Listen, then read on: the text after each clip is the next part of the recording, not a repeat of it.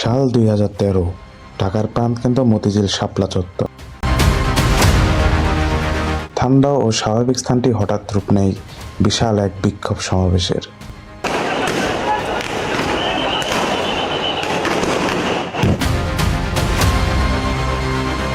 সকল কিছু শান্তিভাবে চললেও রাতের অন্ধকারে শুরু হয় একটি মাত্র অপারেশন। বিক্ষোভ সমাবেশে ঘটে যায় লাখ লাখ গণহত্যা, দেখা যায় দেশব্যাপী আন্দোলন এবং তার পরিণতিও গণহত্যা।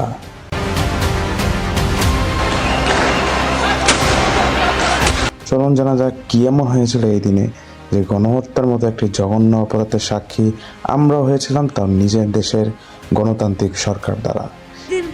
কোনো গোলাগুলি বা সেরকম কোনো ঘটনাই ঘটেনি। বাচ্চা বাচ্চা ছেলে মাদ্রাসা থেকে নিয়ে আসা হয়েছে, বাসে তুলে দেওয়া হয়েছে, লঞ্চে তুলে দেওয়া হয়েছে, গায়ের লাল রং লাগিয়ে পড়ে আছে। যখন পুলিশ যে ডাক দিচ্ছে উঠে দৌড় মারছে, দেখা গেল লাশ দৌড় মারলো।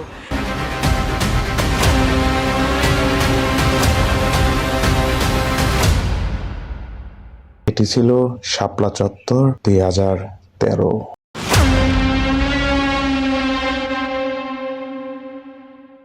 এই ঘটনার পেছনে ইতিহাস শুরু হয় আরো আগে। 2011 সালে নারী উন্নয়ন নীতি প্রকাশ করা হয়, যার জন্য হেফাজতে ইসলাম বাংলাদেশ 2011 সালে তার বিরোধিতা করে এবং নীতির বিরুদ্ধে মতামত দেয়। তাদের মতে নারীদের এই নীতি অনেকটা ইসলামের মাধুর্য নষ্ট করছে এবং ইসলামের আইনের বিপরীতে প্রকাশ হচ্ছে। চলুন আগে জেনে নেওয়া যাক সেই নীতিগুলোর ব্যাপারে। 2011 সালে নারী উন্নয়ন নীতি প্রকাশ করা হয়, যেখানে উল্লেখযোগ্য ছিল সমান অধিকার, অর্থাৎ নারী ও পুরুষের সমান নাগরিক অধিকার নিশ্চিত, শিক্ষা, চাকরি, সামাজিক মর্যাদায় সমান সুযোগ। তাছাড়াও অর্থনৈতিক ক্ষমতায়ন, অর্থাৎ নারীদের কর্মসংস্থান বৃদ্ধি, ব্যবসা, শিল্প, সরকারি চাকরিতে আরো অংশগ্রহণ বাড়ানো এবং সবথেকে গুরুত্বপূর্ণ বিষয় শিক্ষা, যেখানে মেয়েদের শিক্ষা বাধ্যতামূলক এবং সহজলভ্য করা। তাছাড়াও ছিল সবথেকে বিতর্কিত একটি অংশ সম্পত্তির অধিকার, অর্থাৎ নারীদের সম্পদ এবং সম্পত্তিতে সমান অধিকার দেওয়ার বিষয়টি জোরালোভাবে উল্লেখ ছিল। এই ছিল কিছু কমন নীতি যাকে কেন্দ্র করেই হেফাজতে ইসলাম নানা ধরনের মতামত পেশ করতে শুরু করে। সমাবেশের জন্য শুধুমাত্র এই একটি কারণে উল্লেখযোগ্য নয়, বরং আরো একটি কারণ রয়েছে। এরপর 2013 সালে ইসলাম ও নবী মুহাম্মদ সাল্লাল্লাহু আলাইহি সাল্লামকে নিয়ে কটূক্তির অভিযোগে দেশ জুড়ে আন্দোলন শুরু হয়।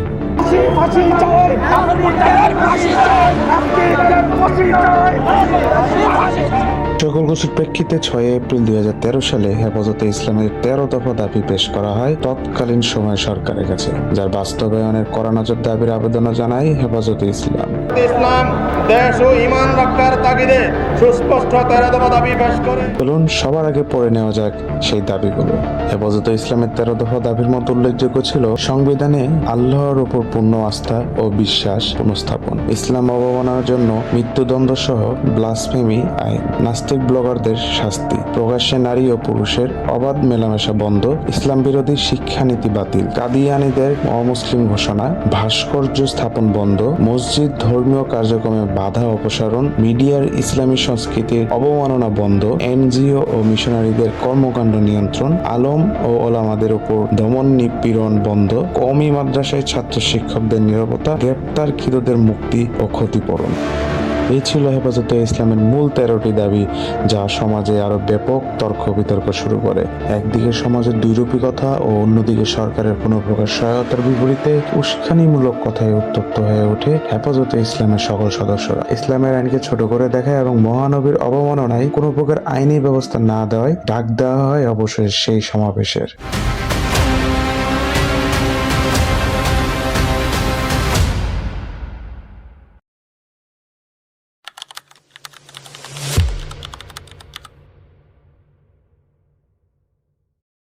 মে 2013 ঢাকার 6টি প্রবেশপথে অবস্থান নেয় বিক্ষোভকারীরা। সাইদাবাদ, যাত্রাবাড়ি, গাবতলী, আব্দুল্লাহপুর, আমিনবাজার, চিটাগং রোড। আমরা যদি একটু এলাকাগুলোর ম্যাপ পর্যবেক্ষণ করি তাহলে আমরা বুঝতে পারবো এটি কিন্তু ঢাকায় ঢোকার সব থেকে বিশেষ রুট, যেদিক দিয়ে দেশের বাকি বিভাগগুলো সংযুক্ত। অর্থাৎ এই রাস্তাগুলো যদি বন্ধ করে দেওয়া হয় তবে পুরো সড়ক যোগাযোগ বিচ্ছিন্ন করে দেওয়া সম্ভব। বিকেলে ঢাকা মেট্রোপলিটন পুলিশের অনুমতি নিয়ে হেফাজতের কর্মীরা ঢাকায় প্রবেশ করে এবং বাইতুল মোকাররম জাতীয় মসজিদে নামাজ আদায় করার উদ্দেশ্যে যাত্রা শুরু করে। ঠিক সেই সময় আওয়ামী লীগের সশস্ত্র সন্ত্রাসীরা তাদের উপর হামলা শুরু করে। মৎস্য ভবনের দিক থেকে প্রজন্ম চত্বরের দিকে আসতে থাকা হেফাজত কর্মীরা ইটপাটকেল ছুটতে থাকলে এগিয়ে যায় প্রজন্ম চত্বরের কর্মীরা। শুরু হয় ধাওয়া পাল্টা ধাওয়া। দুই পক্ষের তুমুল সংঘর্ষের পর এক পর্যায়ে পরিস্থিতি সামলে নিয়ে আসে পুলিশ। আহত হয় শতাধিক এবং তার মধ্যে দুজন সাংবাদিকও ছিলেন। বিকেল 3টার দিকে হেফাজতে ইসলাম তাদের সমাবেশে বক্তব্য দেওয়ার সময় তৎকালীন আওয়ামী লীগের সাধারণ সম্পাদক সৈয়দ আশরাফুল ইসলাম একটি সংবাদ সম্মেলনের মাধ্যমে তাদের ঢাকা ত্যাগ করার আহ্বান জানান।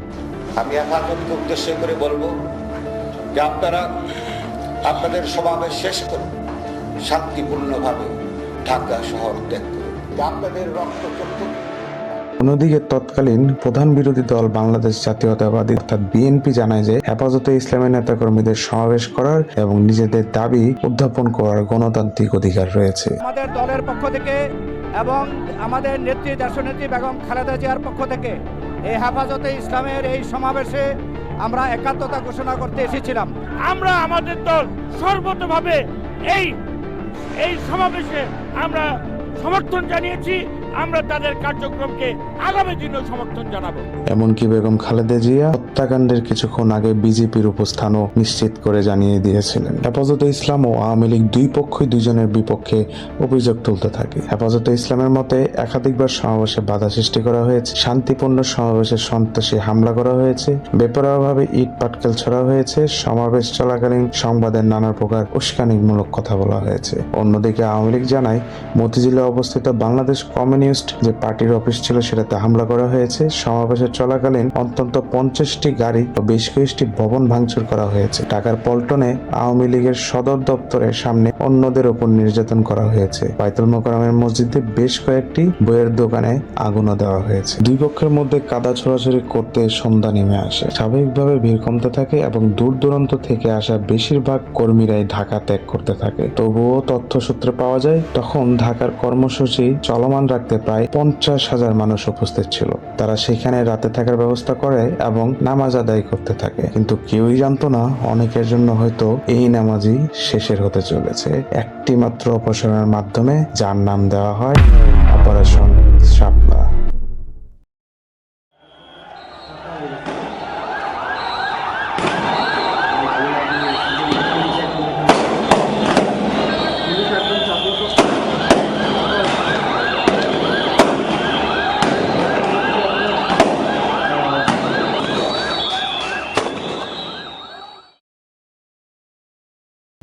মে 2013 আনুমানিক রাত 2টার দিকে অন্ধকারে আবচ্ছন্ন হয়ে যায় পুরো উজ্জ্বলময় ঢাকা। বন্ধ করে দেওয়া হয় সকল প্রকার যোগাযোগ ব্যবস্থা এবং বিদ্যুৎ সংযোগ। ঠিক তার পরপরই রাত প্রায় 2:30টা নাগাদ শাপলা চত্বর খালি করার উদ্দেশ্যে প্রায় 5,000 সদস্যের একটি যৌথ বাহিনী অপারেশন শাপলা নামক অভিযান শুরু করে।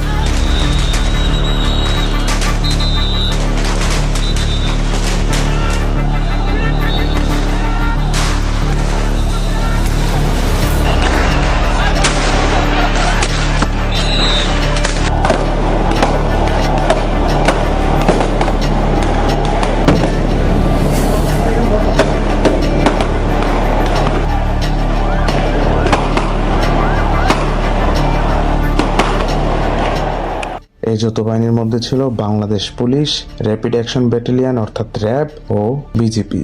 সর্বপ্রথম হেফাজতে ইসলামীদের ছত্রভঙ্গ করতে ছোড়া হয় টিয়ার গ্যাস, রাবার বুলেট ও শব্দ বোমা। যান বাঁচাতে এদিক সেদিক চলাফেরা শুরু করে সকলেই এবং আশ্রয় নেয় রাস্তায় ও গলিতে ও ভবনে। তবে পুলিশ তাদেরকেও খুঁজে বের করে গুলি করতে শুরু করলে শুরু হয় 71-এর মতো কালো রাতের ঘটনা।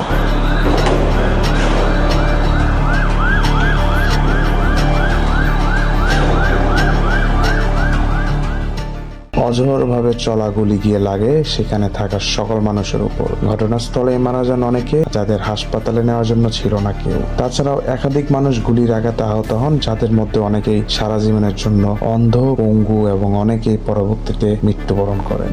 এদিকে অভিযানের আগেই হেফাজতে ইসলামের আমির শাহ আহমদ শফিকে ঢাকার একটি মাদ্রাসা থেকে চট্টগ্রামে পাঠিয়ে দেওয়া হয়। পরে পুলিশ দাবি করে যে তিনি গ্রেপ্তার হননি, বরং স্বেচ্ছায় চট্টগ্রাম চলে গেছেন। শুধু এখানেই সীমাবদ্ধ নয়, পরদিন সকালে দেশ জুড়ে বিভিন্ন জায়গায় বিক্ষোভ দেখা যায় এবং এখানেও চালানো হয় হত্যাকাণ্ড।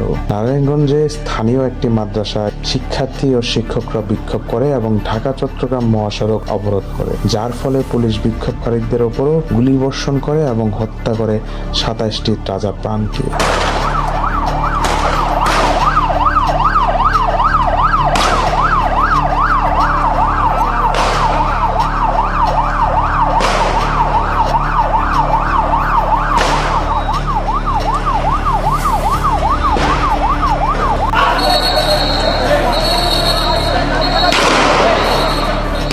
তাছাড়াও হাটহাজারী উপজেলায় পুলিশের গুলিতে 6 জন নিহত হয় এবং বাগেরহাট পুলিশের সঙ্গে বিক্ষোভকারীদের সংঘর্ষে 1 জন হেফাজত সদস্য নিহত হন। সকল কিছুর শেষে শান্ত পরিবেশে সরকারের নিকট যখন হিসাবের মাসুল চাওয়া হয় তখন কি বলা হয়েছিল চলুন শুনে আসি। দিন কোনো গোলাগুলি বা সেরকম কোনো ঘটনাই ঘটেনি। বাচ্চা বাচ্চা ছেলে মাদ্রাসা থেকে নিয়ে আসা হয়েছে, বাসে তুলে দেওয়া হয়েছে, লঞ্চে তুলে দেওয়া হয়েছে, গায়ের লাল রং লাগিয়ে পড়ে আছে, যখন পুলিশ যে ডাক দিচ্ছে উঠে দৌড় মারছে।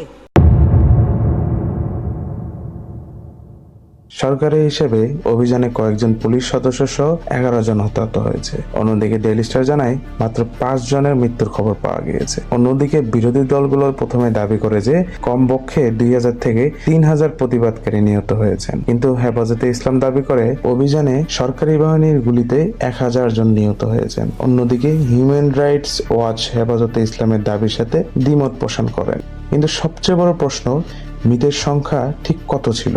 এখানে সব থেকে বেশি ভূমিকা পালন করে বিদেশি কিছু সংবাদ মাধ্যম, যারা কিনা সত্যটা সামনে নিয়ে এসেছিল। এর মধ্যে ছিলেন ব্রিটিশ কর্মী ও সাংবাদিক ডেভিড বার্গম্যান, যিনি 24টি মৃতদেহ দেখেন। অন্যদিকে দ্য গার্ডিয়ান 22 জনের মৃত্যুর বিষয়টি নিশ্চিত করে। অপরদিকে আল জাজিরা পরিচালিত একটি তদন্তে জানা যায় যে প্রতিবাদের পর ঢাকায় রাষ্ট্র পরিচালিত কবরস্থানে গুলির আঘাতে নিহত 14 জন দাড়িওয়ালা ব্যক্তির মরদেহ দাফন করা হয়। মানবাধিকার সংস্থা অধিকার 61 জন নিহতের খবর জানায়, কিন্তু তাদের পরিবারের নিরাপত্তা উদ্বেগের কারণে নিহতদের নাম প্রকাশ করতে রাজি হয়নি। যুক্তরাষ্ট্রের স্বরাষ্ট্র দপ্তরের হিসাব অনুযায়ী মোট মৃত সংখ্যা কোনোভাবে 50-এর কম নয়, যার মধ্যে অনেকে ছিল নিখোঁজ, যারা বেঁচে আছেন কিনা তাও জানা যায়নি। তবে এখানে আসে আরেকটি প্লট টুইস্ট। মানবাধিকার সংগঠন অধিকারের সাধারণ সম্পাদক আদিলুর রহমান খান একটি রিপোর্টে 61 জন নিহত দাবি করে, যার ফলে তাকে গ্রেপ্তার করে নেওয়া হয়। সরকার তার গ্রেপ্তারের কারণ জানায় যে রিপোর্টটি জনমনে বিভ্রান্তি ছড়াতে পারে, যার ফলে তার বিরুদ্ধে তথ্য ও যোগাযোগ প্রযুক্তি আইন অর্থাৎ আইসিটি অ্যাক্টের আওতায় মামলা করা হয়। সবকিছুকে পিছু ফেলেই এত কিছুর পরও কি কোনো আইনি আওতায় এসেছিল? চলুন জানা যাক সরকার কর্তৃক কি করা হয়েছিল। সরকার কর্তৃক সর্বপ্রথম হেফাজতে ইসলামের নেতাদের বিরুদ্ধে হত্যা, ভাঙচুর, অগ্নিসংযোগ, সরকারি ও বেসরকারি সম্পত্তি বিনষ্ট সহ অন্যান্য অভিযোগে মোট 12টি মামলা দায়ের করা হয়, কিন্তু সরকারের এই সকল দাবি বানোয়াট বলে অস্বীকার করে হেফাজতে ইসলাম। অন্যদিকে 27 জুন মার্কিন আইন সংস্থা Martin F McMahon and associates যুক্তরাষ্ট্র ভিত্তিক দুটি সংগঠন human rights and development for Bangladesh and Bangladeshi American in greater Washington DC আন্তর্জাতিক ফৌজদারি আদালতে মামলা দায়ের করে, যে মামলায় বাংলাদেশের প্রধানমন্ত্রী শেখ হাসিনা সহ 25 জন মন্ত্রী ও নিরাপত্তা কর্মকর্তার বিরুদ্ধে নির্যাতন, গুম, বিচার বহির্ভূত হত্যা ও গণহত্যার অভিযোগ আনা হয়। অনেক মানুষ নিখোঁজ ছিল, যাদের মধ্যে ছিল অনাথ শিশু। অনেকের মায়ের কোল খালি হয়ে যায় একটি নীতি ও 13টা দাবি বাস্তবায়নের লক্ষ্যে। একজন মায়ের মতো মমতাময়ী এক মানুষের কাছেই নিহত হয় একাধিক মানুষ, যিনি নিজেও কারোর মা, কারোর বোন এবং কারোর জীবন সঙ্গী ছিলেন। তবে বন্ধুরা, ইতিহাস কখনো মুছে ফেলা যায় না। স্বৈরাচার কখনো অন্যায় করে সারা জীবন টিকে থাকতে পারে না, যার সব থেকে বড় উদাহরণ আমরা দেখতে পাই নতুন জেনারেশনের করা সেই বুদ্ধিমত্তা ও প্রাণের ত্যাগের মাধ্যমে জুলাই বিপ্লব।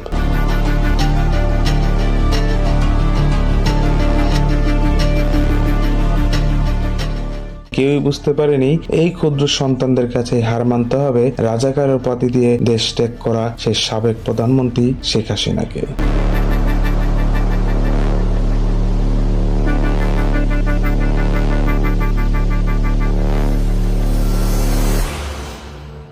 বন্ধুরা, নেচার তার প্রতিশোধ কখনো নিতে ভুলে না। ঠিক সেই জিনিসটি হয়েছে বাংলাদেশের সাবেক প্রধানমন্ত্রীর সাথে। তিনি দেশ ত্যাগ করে আত্মসমর্পণ করেন এবং তার পরপরই তার পুরো সরকার ধসে পড়ে। তার দেশ ত্যাগের পর 2024 সালে সংগঠিত গণঅভ্যুত্থানের মাধ্যমে শেখ হাসিনা ক্ষমতাচ্যুত হলে খুবকালে নির্বাচনে গুলিবর্ষণের ফলে সৃষ্ট প্রাণহানির অভিযোগে এবং তার প্রশাসনের বিরুদ্ধে 18 ও 20 আগস্ট আন্তর্জাতিক অপরাধ ট্রাইব্যুনালে 2টি গণহত্যা মামলা দায়ের করা হয়। এছাড়াও সাবেক প্রধানমন্ত্রী শেখ হাসিনাকে 17 নভেম্বর 2025 তারিখে মৃত্যুদণ্ড বা ফাঁসির রায় প্রদান করা হয়েছে আন্তর্জাতিক অপরাধ ট্রাইব্যুনালে জুলাইতে গণহত্যা কার্যক্রমের জন্য। বিচারপতি গোলাম মুর্তজা মজুমদারের নেতৃত্বাধীন 3 সদস্যের ট্রাইব্যুনালে এই রায় ঘোষণা করেন। We have decided to inflict her with only one sentence, that is sentence of death.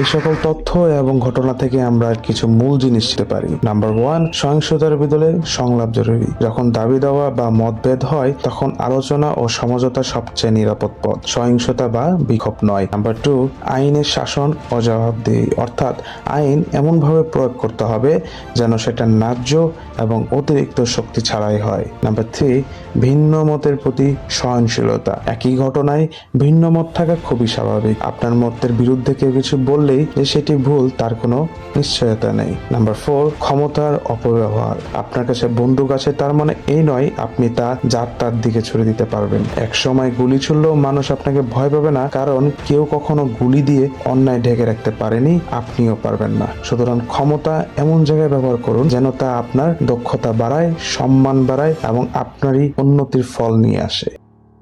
বন্ধুরা, এই ছিল আজকে আমাদের ভিডিওটি পছন্দ হলে লাইক কমেন্ট আপনাদের জন্য উন্মুক্ত, এবং আপনাদের পছন্দের কন্টেন্ট হয়ে থাকলে আমাদের চ্যানেলটি সাবস্ক্রাইব করতে ভুলবেন না। এছাড়াও ময়মনসিংহের 8 জন পরিবার একই সাথে আত্মহত্যা যে সত্য ঘটনা রয়েছে সেটি শুনতে চাইলে আমাদের এই ভিডিওটি দেখবেন। ধন্যবাদ।